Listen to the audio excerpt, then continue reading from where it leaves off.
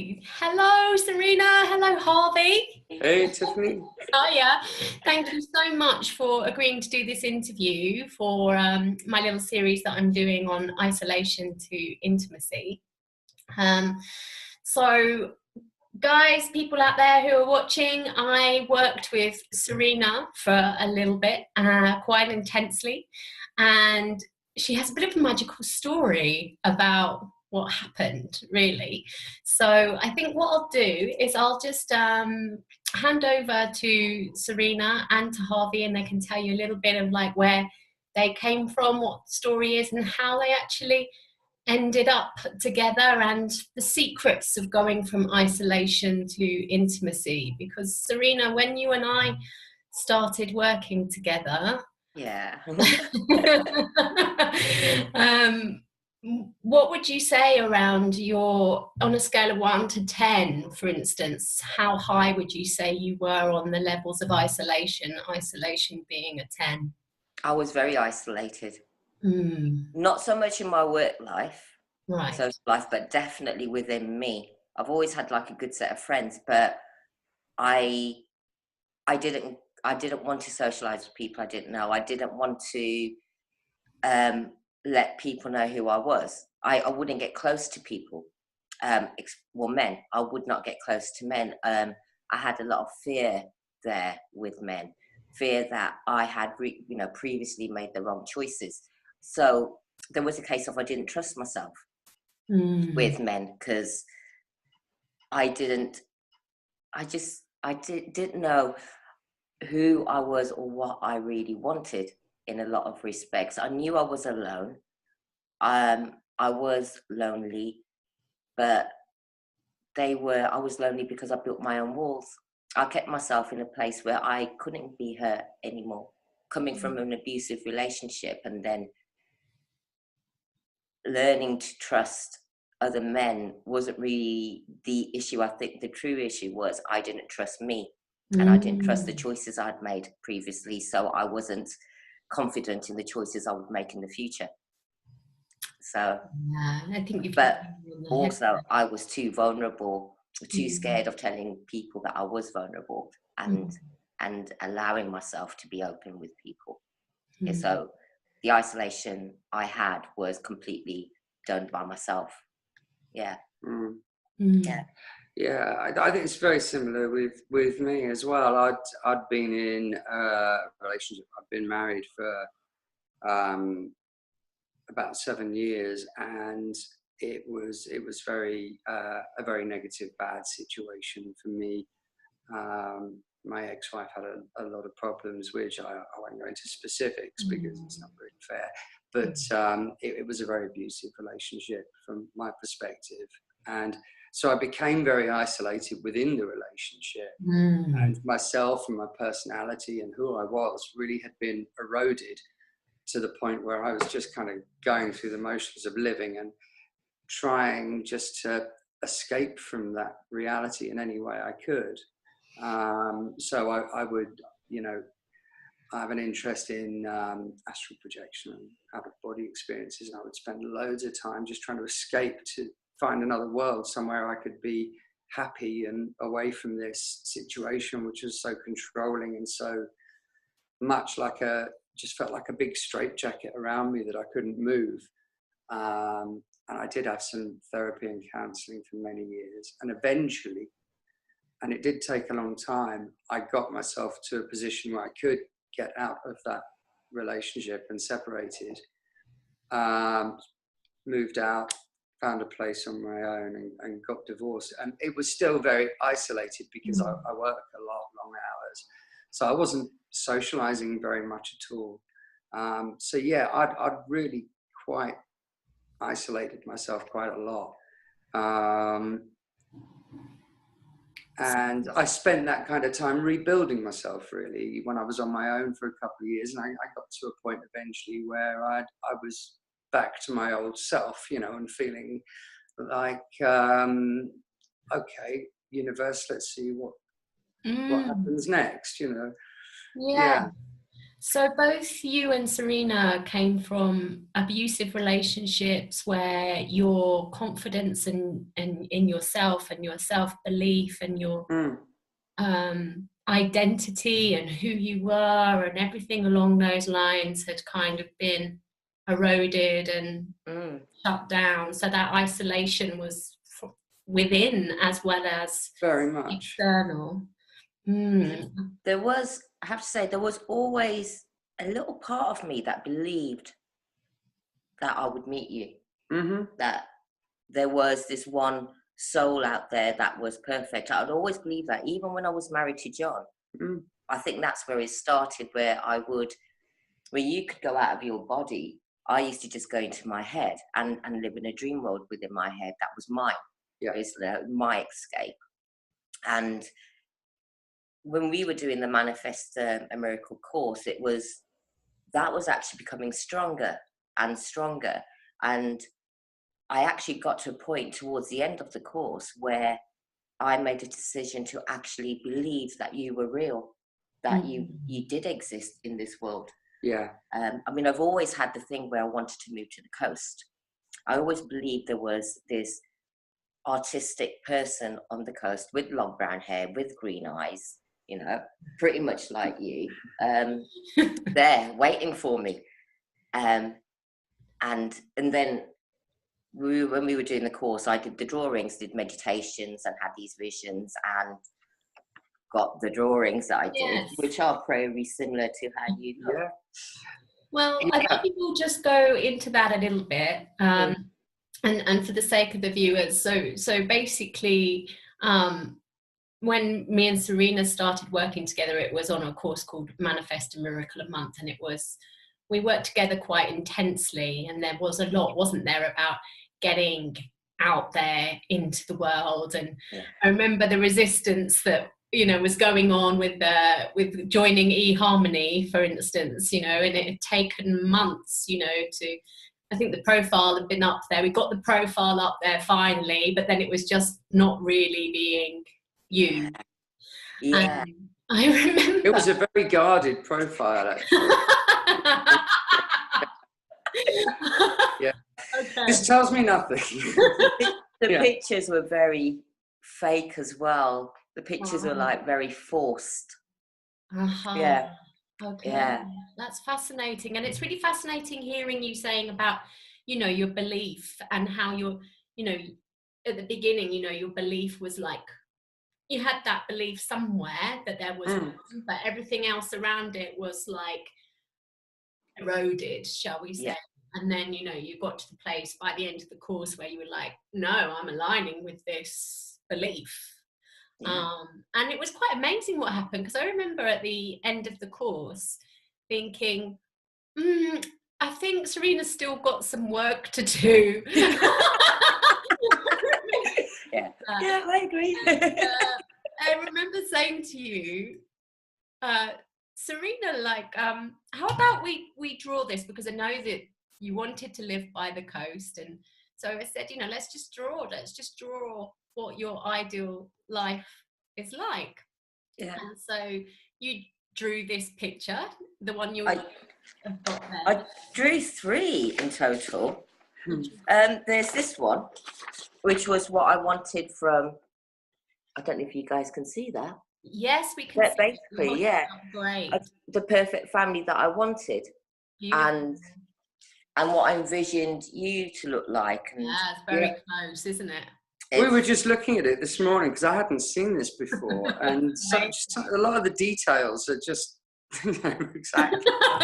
And the funny thing was, I'd been through the same kind of thing as Sarina, with always having that little belief, because I had these experiences, as we'd mentioned. I like to sort of go out of body to escape and things, but after I'd separated from my ex-wife, I started having these very, very vivid experiences, way more vivid than a dream, absolute reality, where I was repeatedly meeting this person, this girl, this woman who looked different every time. We're always in a different place, a different time, somewhere in the future, somewhere in the past, but it was always her. because the feeling of being with her was so connected and so close and so intimate and perfect, and the sense of love and acceptance and everything was so powerful in these experiences, and they were so vivid and so beautiful that I would wake up from them feeling incredibly sad, because I felt that here's this wonderful, amazing, perfect relationship, and it's on another plane and it's not here in this reality. And I just thought, it's a shame that can't possibly exist here.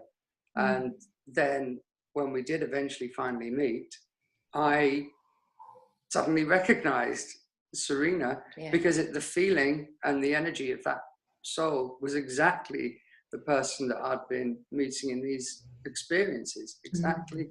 Yeah, it was 3 months. It was about 3 months that I did the drawings before we met. And it was towards the end of the course that I decided I was finally going to move to the coast. And I actually started looking at property. So, I did other drawings. I did a drawing of the perfect house that I want. Which we agree on. Which we agree on. Which is Can you hold that up close? Oh, sorry. Yeah, sea on one side and a forest on the other. Right. With kids in a big old house. And then there was another one. This is really awful, but I had this vision of you meditating, looking out on the sea. Right. As well. Just, and then remember, I had to write everything down, what I wanted of this person as well. And I was like, it has to be artistic, creative. For some reason, I had in my head it would be an artist, but you are an artist, but just in music. You just missed the E off the end. So and where do you live, Harvey, as well? In Bexhill on the coast. And Sarina had always had this idea that she wanted to move, and she felt she would meet the person she wanted to be with in a coastal town. And you have the B, she had this B name in her mind, so she was thinking Brighton, but it was Bexhill. But before I met you, before I actually saw your profile on eHarmony, I'd arranged with a friend that we would come into Hastings to see houses and flats and stuff. Which is the town right next door to Bexhill. Wow. 4 miles up the road. Yeah. And it was, one day it was literally, I remember Friday the 13th of November at work, about 4 o'clock, I went into my eHarmony app. I was waiting to leave work, basically. And I was just doing a normal swipe delete of all these like men's pictures. And then I saw a picture of you with an accordion. And he just looked very bohemian, but there was something that I recognized, because I was like, I like swiping, deleting things. And I literally stopped. And instead of doing the normal eHarmony thing where you ask each other questions or this, that, and the other. Smile at this person, wave at them and all that. Basically, I did what you'd been trying to tell me to do for the past 6 months. I just contacted him. I got a little message that was very guarded as well. It was very much, well, I thought I'd take a risk and send you a message, and, it was still a little bit, do you want to chat? Do you want to chat?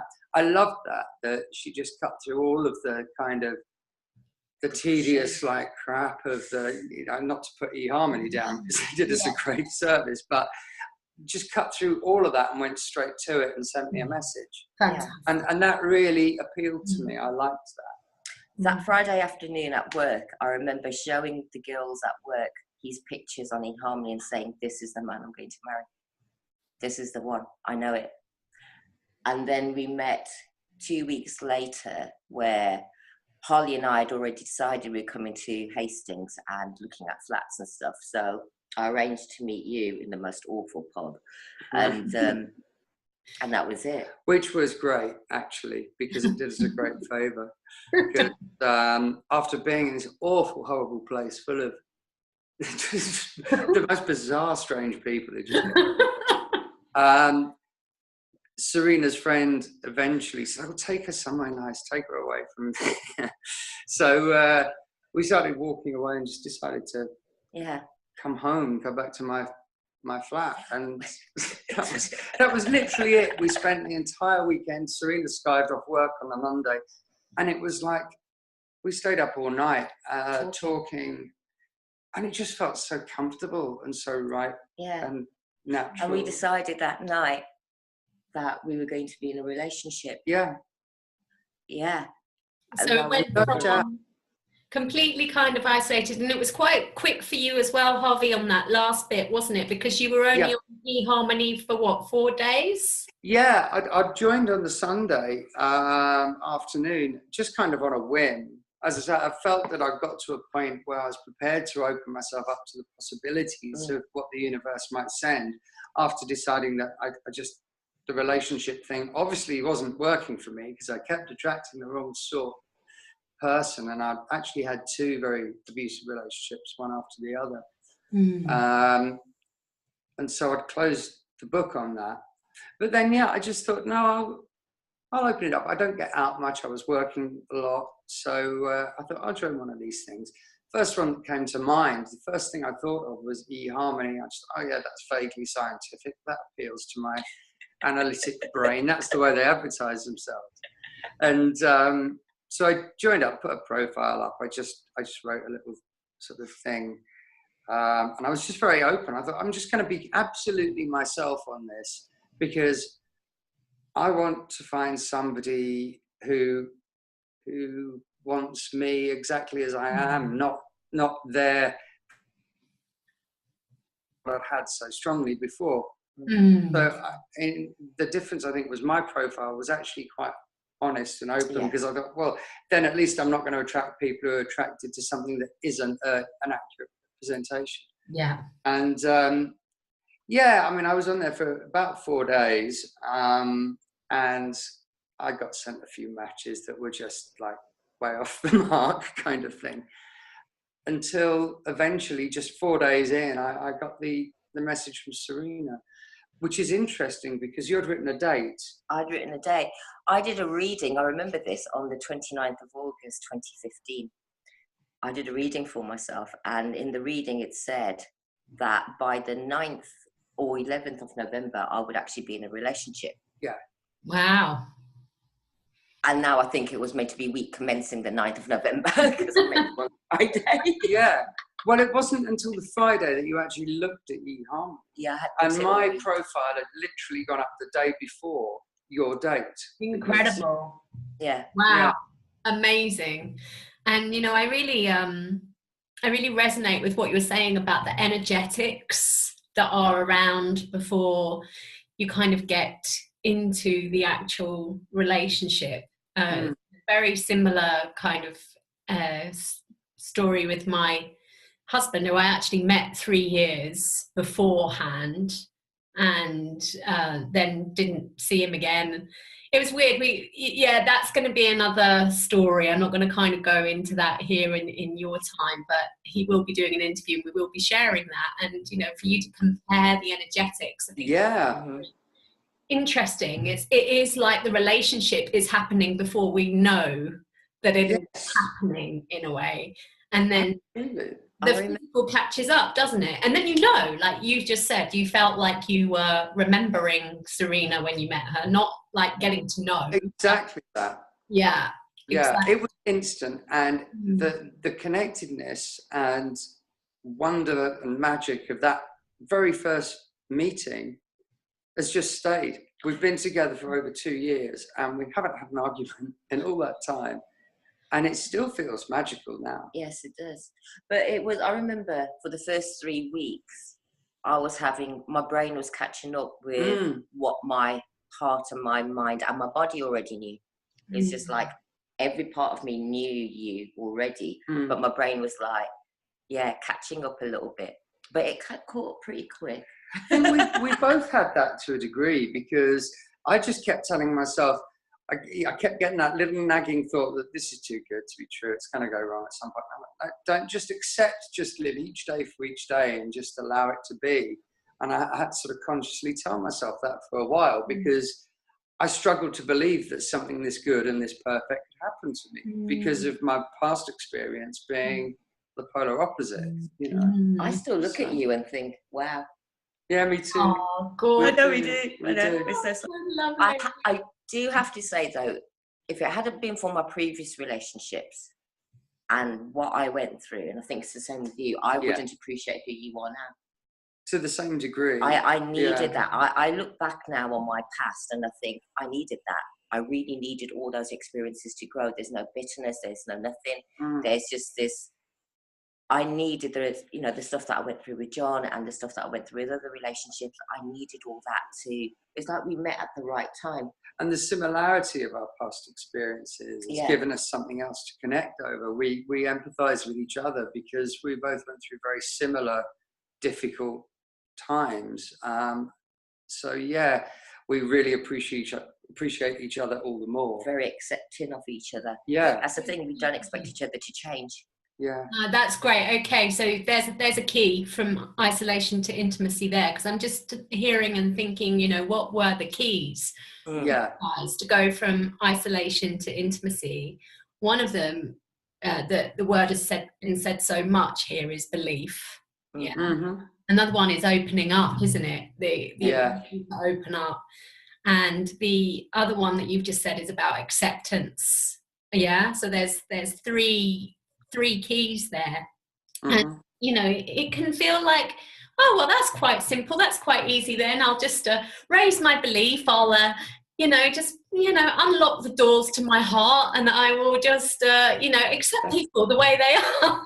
Right? But like you were saying, Sarina, it takes a lot of work, doesn't it, to actually get to that point. It's like we can conceptualize, or we know these things, or we theorize these things, but actually being able to step into them is another thing. And it sounds like, Harvey, you also had you had to do a lot of work. You were doing a lot of work whilst Sarina was, or it was? Yeah, absolutely. Slightly different methods, but yeah, we were kind of doing the same thing in different ways. And I mean, it does you never know when it's going to happen. We often say, oh, if only we could have met when we were younger. We waited sort of quite until we're the age we are now. But we wouldn't have appreciated each other when we were younger. But it's part of what's made us who we are, and part of what's made us as compatible. So I think life does have a journey that is taking you somewhere, if you can recognize it and you can open yourself up to the possibility that something wonderful like this can happen. It is coming back to that belief, and also allowing it to happen rather than forcing it to happen. Because I think when perhaps my former relationships, they were trying to perhaps force me to be what they were wanting.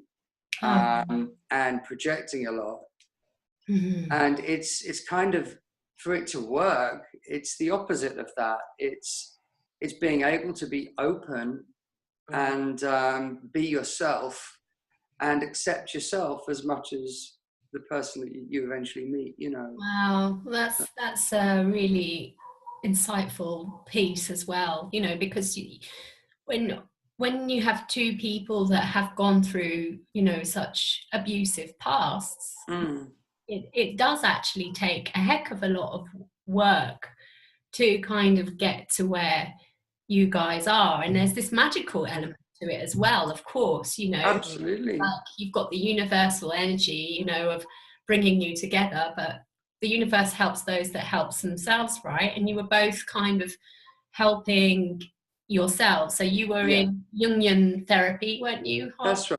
Sarina was doing her stuff with me, and then I just remember, going back to when Sarina and I stopped working together, and I remember sitting there thinking, right, well, we've drawn this picture, she's up on eHarmony. I think maybe we could do with some more steps, but okay, I'm just going to leave it there. So, it's like, again, our judgments as people can get in the way of what, again, the universe wants to happen.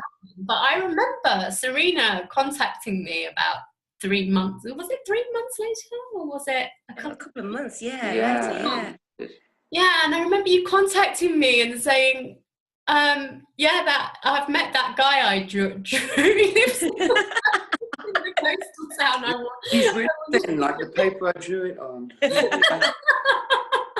That's what your parents said. Yeah, I remember you saying. You knew, didn't you? Because you said to me, like, I'm so going to invite you to our wedding. Yeah, you know. I did. That is yeah.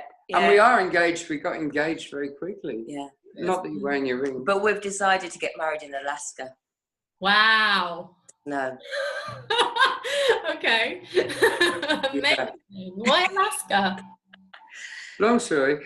Well, we both decided that we'd really like to do something different, and we wanted to avoid what we'd had with our. We hated our weddings that we'd had previously. They were just. They weren't for us. They weren't for us. They were for the other half and the different things going on, and we didn't enjoy the day. We didn't enjoy the whole situation, and it was strange. We both knew that it wasn't right and everything, even at that point.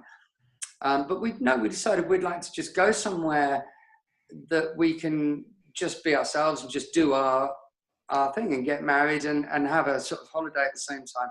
I've always loved Alaska. We've always both of us loved the snow and that kind of thing. And I've always had this thing about wanting to go to Alaska. I watched Northern Exposure religiously for years. It's a great TV show. It's set in Alaska. But no, I love the place. I think it's very beautiful and magical. And I've always wanted to see the Northern Lights as well. So we just thought, wouldn't that be great to just go somewhere? We were originally thinking either Europe or somewhere northern, see the Northern Lights, have a sort of honeymoon at the same time, then come back and have a sort of party for the family and everyone else. And actually, because of what our relationship is, and it's about ourselves, being us and being open and allowing it to be about ourselves, we thought that would be nice to have a wedding that was what we want. Absolutely. No, that's the thing, isn't it? I had similar thing. My first wedding was not what I wanted, it was very traditional. My second wedding was a ham fasting, and the dress code was come as a tarot card. Now that was a little bit tricky for some family members.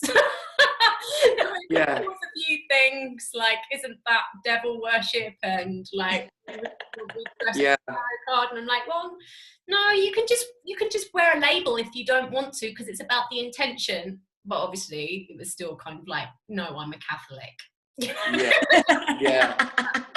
Well, we have a similar thing with our backgrounds, really. I mean, I historically was associated with Jehovah's Witnesses when I was much younger, which was very controlling, and it took me a lot of work as well to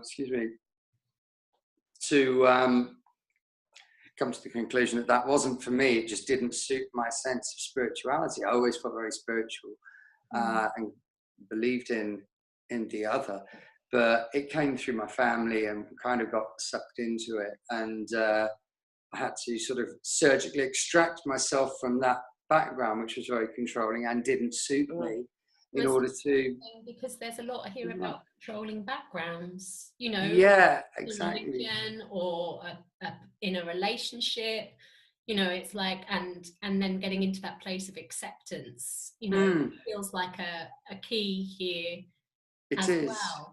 Yeah. It's a magical story that you guys have, and thank you so much for absolutely sharing it. It's wonderful, and also what you do now, because you both are also in that place of accepting who you are, knowing who you are, living your truth. And so Sarina, you're doing Reiki treatments, right? I'm Reiki now, full time. I always wanted to do that. But now I'm doing Reiki, and I'm really lucky because you can support me whilst I'm doing it. Absolutely. But he gets Reiki all the time.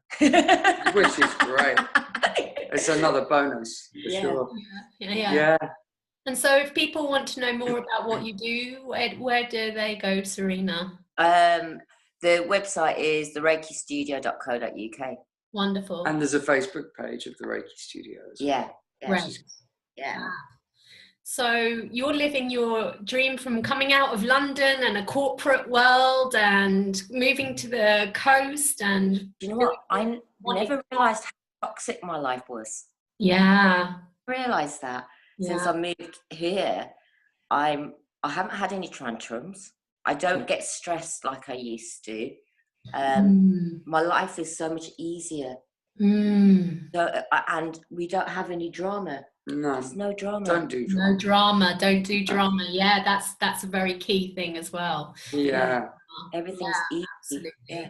I think we both had enough drama to last a lifetime. It sounds like it. Yeah. Yeah, and I can resonate with that as well too. And in terms of what you do, Harvey, tell us a bit about what you're doing. Yeah, well, I'm a musician. I write music and I'm a record producer, so I have a studio. Historically, I've done a lot of new age and ambient music and music for Reiki as well, which is another connection that we have. But again, the whole accepting yourself and living congruently with yourself is something I'm trying to apply more in my work and do more of the kind of projects that I want to do rather than everything I feel I have to do to pay the bills and all of that. It's really what we've got together has facilitated an acceptance within me that's improved my work life as well. You know? Fantastic. So I'm loving my work. And it's key too, isn't it? It's when you have that foundation with no drama that you can go into your life's work. But when you're kind of in that fear or control or conditioning and drama, you get stuck in those toxic lifestyles, whether it's religion, work, partnership, you know. And so when we were doing Manifest a Miracle, you know, it was very much about, well, Manifest a Miracle a month was what it was called. So it was like, let's throw the book open. We'll do anything here and we'll see what comes up. And other people that I work with, they started businesses, or, you know, everybody had a kind of different miracle or different story. And I think I just want to bring to people's attention here with isolation to intimacy, although, you know, we're talking very much about heart relationships here, that it's in so many forms. Like when I work with people in Manifest a Miracle a Month, people have better relationship with their children or their parents or, you know, their co-workers. So it's all about how our life is in so many ways, and it forms in that foundation of like coming out of isolation into intimacy brings so much more to your life as well. It's not just about that key relationship, it's about everything. And I'd like to kind of know what you would say to the people watching, you know, if there's people out there that are suffering from any type of isolation, whether that's isolation from their life's work or their family or their friends or, you know, a loved one. I mean, what kind of would you say is important for them to go from isolation to intimacy? Take that step. Yeah. Take that first step. You don't know where it's going to lead.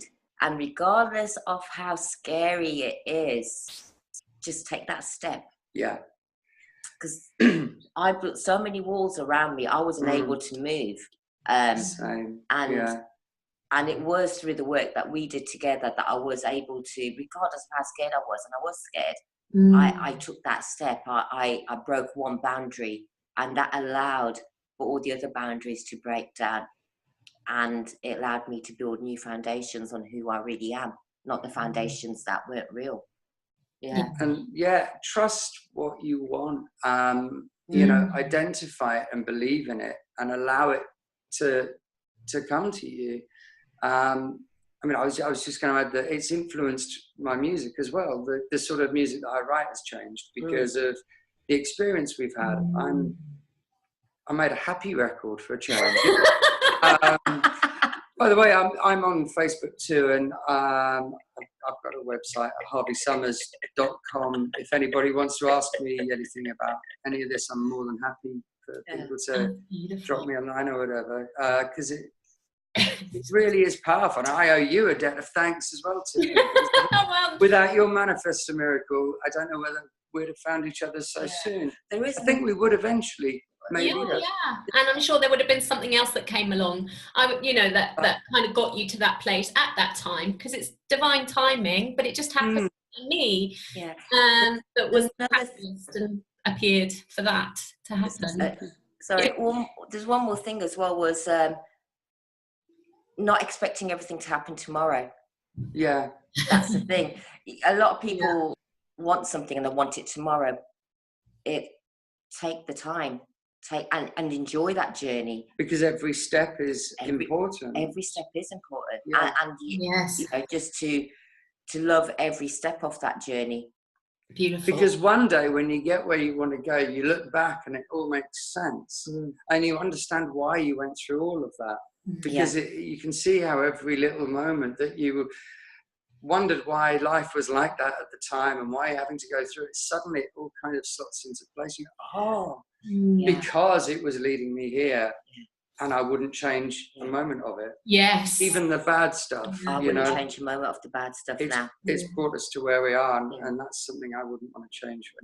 Exactly. Yeah, it all makes sense. And you're like, oh, actually, that bad experience was actually creating a better one. It's like, oh my goodness, like, one of my morals is bad luck is good luck, and I've been trained on that so much the last year since being in Spain. I've just been like, okay, actually I started to get excited when bad luck happened, because it was like, oh, what's going to happen from this? And it's quite amazing, that journey.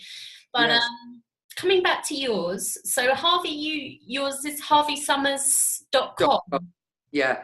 Or Facebook, Harvey Lee Summers. I'm on Facebook there. So. Okay, wonderful. So you've been beautifully open, and it's gorgeous to know that you've let people know that you're here, and that's wonderful, gorgeous. Believe in magic, because it is real. It does happen. Fantastic. And that's a really great way to close it. I love that. Believe in magic, because it is real and it does happen, and taking the first step. So, below the video, there's going to be a button. So when people watch this, there's going to be a button. And so, like, that first step is to click that button. Do it. Click the button. It's the best button you'll ever click. Not where it'll lead, but you might end up going on a windy path, but it's definitely worth it. The journey is as important as the destination. It's an adventure. Yeah. And it hasn't stopped. We're still on an adventure. We're still on a journey. But we're all in one together. We started it when we met. That was the beginning of the adventure, really. Yeah. Well, the beginning of the happy ending, I think. Yeah, right. Thank you so much for your time, and you're sharing your amazing, gorgeous, happy beginning of the happy ending. There's no ever any ending, is there? It's always like continuing. But just to share, how you've both gone from such difficult relationship backgrounds. You both completely kind of walled yourselves up and shut down for years, and then how the magic of the universe started happening, gave you a little bit of a belief, and it's like, right, I'm going to work with that, and you worked on yourselves, and then bang, it could come through. Basically. Amazing. Thank you so much for sharing your very magical story. You're welcome.